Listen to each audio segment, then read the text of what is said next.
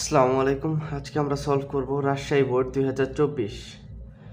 একজন সার্কাসের খেলোয়াড় 60 সেমি দীর্ঘ সুতার এক প্রান্তে 80 গ্রাম ভরের একটি বস্তুকে বেঁধে উলম্ব তলে প্রতি মিনিটে 120 বার ঘোরাচ্ছে। পরে তিনি সুতার দৈর্ঘ্য 10% কমিয়ে এবং মিনিটে ঘূর্ণন সংখ্যা 5% বাড়িয়ে সুতাটিকে আনুভূমিক তলে ঘোরান। বস্তুটি যখন উলম্ব তলের সর্বোচ্চ বিন্দুতে পৌঁছায় তখন সুতার টান কত? প্রথম প্রশ্নে বলা হয়েছে যে বস্তুটি যখন উলম্ব তলের সর্বোচ্চ বিন্দুতে পৌঁছায় তখন সুতার টান কত। তো আমাদের বের করতে হবে সুতার টান।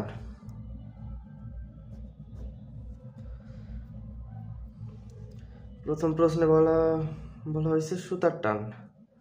তো দেওয়া আছে ভর m is equals to 80 গ্রাম,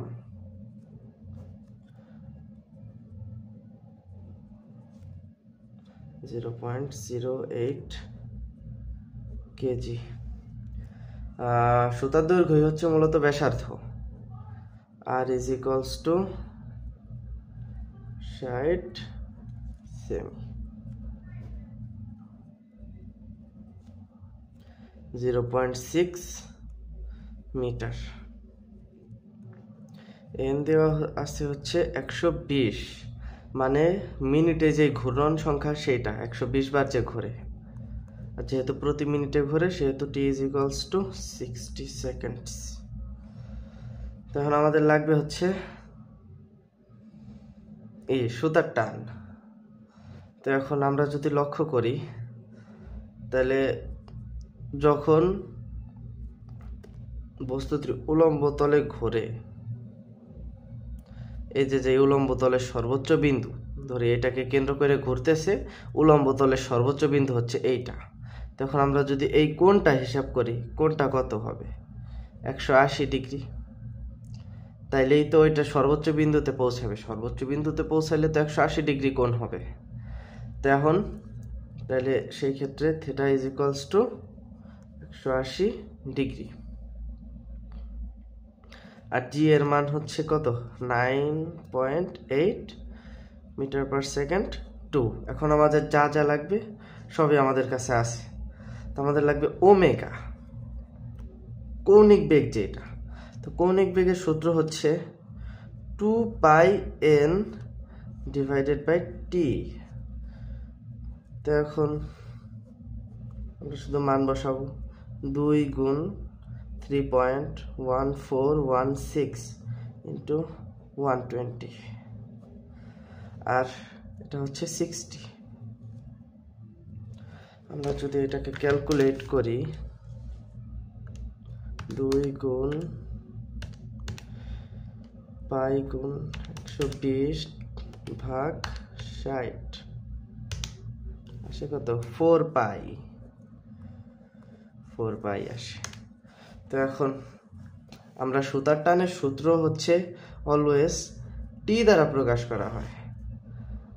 তো টি ইজ ইকুয়ালস টু আমরা জানি কি, M R omega square plus M G cos theta. তখন এম কত দেওয়া আছে? এম দেওয়া আছে হচ্ছে 0.08, আর দেওয়া আছে হচ্ছে 0.6, হচ্ছে ওমেগা হচ্ছে 4 pi whole square plus 0.08 into হচ্ছে 9.8 ইন্টু কস 180 ডিগ্রি। এখন যদি আমরা এটা ক্যালকুলেট করি,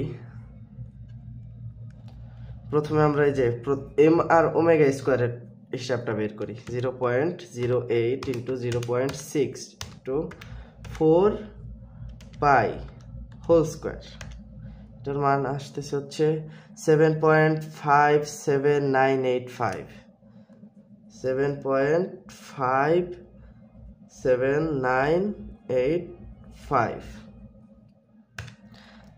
আর প্লাসের প্লাস এবং পরেরটু ক্যালকুলেট করব। এই যে mg cos সেটা 0.08 ইন্টু 9.8 ইন্টু cos 180,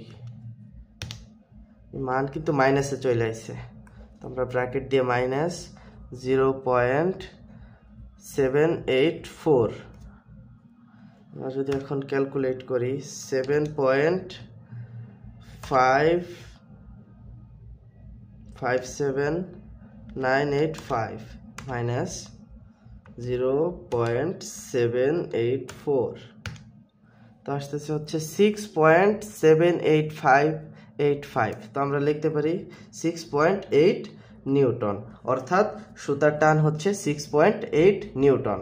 তো সাধারণ ক্ষেত্রে সুতার টান কি? M R omega square.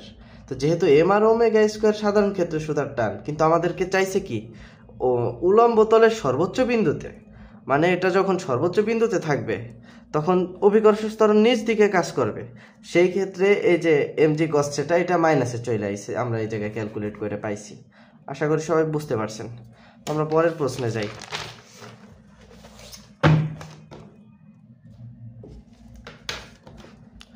পরের প্রশ্নে বলা আছে উলম্ব তলে এবং আনুভূমিক তলে ঘোরানোর সময় বস্তুর কৌণিক ভরবেগ সমান হবে কিনা ব্যাখ্যা করো। মানে উলম্ব তলে ঘোরাইলে যে কৌণিক ভরবেগ এবং আনুভূমিক তলে ঘোরাইলে যে কৌণিক ভরবেগ সেই দুইটা কি সমান হবে কিনা এটা বাইর করতে হবে। তো আমরা প্রথমে উলম্ব তলের ক্ষেত্রে সেটা বাইর করি। উলম্ব তলের ক্ষেত্রে কৌণিক ভরবেগ, তো উলম্ব তলের ক্ষেত্রে ওমেগা আমরা পাইছি কত 4 পাই, আমাদের লাগবে কি আই। তো আমরা জানি কি জড়তার ভ্রামক সমান I equals to M R square, তাহলে এম আর স্কোয়ার, এম এর মান হচ্ছে 0.08 ইন্টু হচ্ছে 0.6 হোল স্কোয়ার, এটা ক্যালকুলেট করি 0.08 ইন্টু 0.6 হোল স্কোয়ার আসতেছে হচ্ছে 0.0288 কেজি মিটার 2, এটা হচ্ছে রেড 1। তো এখন আমরা জানি কি কৌণিক ভরবেগ এল দ্বারা প্রকাশ করা হয় এবং এল is equals two I omega. তাহলে এখন আই এর মান আমরা কত পাইছি 0.0288 ইন্টু হচ্ছে কি 4 পাই 0.0288 ইন্টু 4 পাই, মান দাঁড়াইতেছে হচ্ছে 0.3619 কেজি মিটার 2 সেকেন্ড ইনভার্স 1। তো এখন উলম্ব তলেরটা পেয়ে গেছি, এটা কি উলম্ব তলের। তো এখন আমাদের লাগবে কি আনুভূমিক তলেরটা। তো আনুভূমিকের শর্ত হচ্ছে সুতার দৈর্ঘ্য 10% কমিয়ে এবং মিনিটে ঘূর্ণন সংখ্যা 5% বাড়িয়ে। তো আমাদের প্রথমে সুতার দৈর্ঘ্য 10% কমাইতে হবে, তাহলে এটা 10% কমাইলে সেটা কি হয়ে যাবে আর প্রাইম, তাহলে আর প্রাইম ইজ ইকুয়ালস টু হচ্ছে আর মাইনাস আর ইন্টু 10%, অর্থাৎ 0.6 মাইনাস 0.6 ইন্টু 10 ডিভাইডেড 100, মানে এই যে 10% এটা তো কমানো হয়েছে, তাই আমরা 10% বিয়োগ দিয়ে দিলাম। তো আমরা এখন ক্যালকুলেট করব 0.6 ইন্টু 10 ডিভাইডেড 100, অর্থাৎ 0.6 minus 0.06 minus 0.06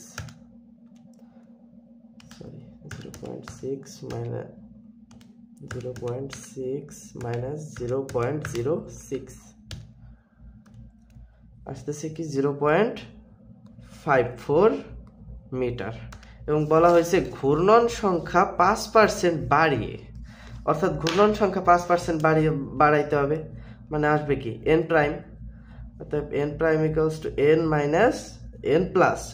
plus n into হচ্ছে কত 5%, অর্থাৎ 120 প্লাস 120 ইন্টু 5 ডিভাইডেড 100। এখন যদি আমরা এটা ক্যালকুলেট করি, 120 প্লাস 120 গুণ 5 ডিভাইডেড 100 আসতেছে কি 126টি, অর্থাৎ ঘূর্ণন সংখ্যা পূর্বের থেকে বাইরে হয়েছে কি 126, পূর্বে ছিল 120। তো এখন আমরা ধরলাম যে এই আনুভূমিক ক্ষেত্রে কৌণিক ভরবেগ হচ্ছে এল প্রাইম। তো এখন এল প্রাইম ইকুয়ালস টু হবে কি I prime omega prime.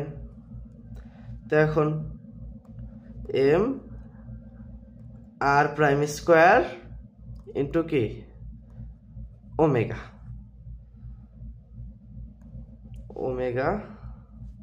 Sorry এ জায়গায় যাই হোক, M R prime square into হচ্ছে 2 পাই এন প্রাইম, এ জায়গা হবে এন প্রাইম আর টি। তো এখন এম এর মান হচ্ছে 0.08 ইন্টু হচ্ছে 0.54 হোল স্কোয়ার ইন্টু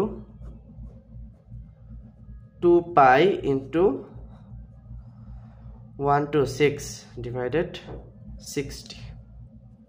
তখন আমরা যদি ক্যালকুলেট করি 0.08 into 0.54 whole square into 2 pi into 126 divided 60। তো এই জায়গায় কৌণিক ভরবেগ আসছে, চলে গেল,